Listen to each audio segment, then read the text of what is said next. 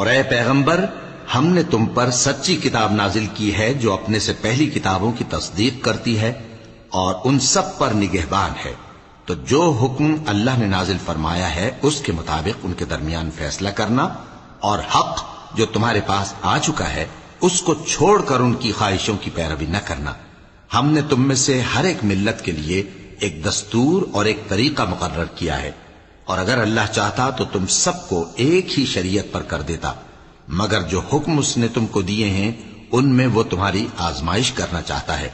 سو نیک کاموں میں آگے بڑھو،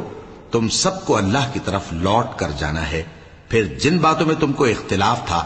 وہ تم کو بتا دے گا۔ اور ہم پھر تاکید کرتے ہیں کہ جو حکم اللہ نے نازل فرمایا ہے اسی کے مطابق ان میں فیصلہ کرنا اور ان کی خواہشوں کی پیروی نہ کرنا،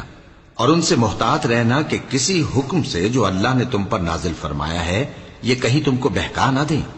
اب اگر یہ نہ مانے تو جان لو کہ اللہ چاہتا ہے کہ ان کے بعض گناہوں کے سبب ان پر مصیبت نازل کرے،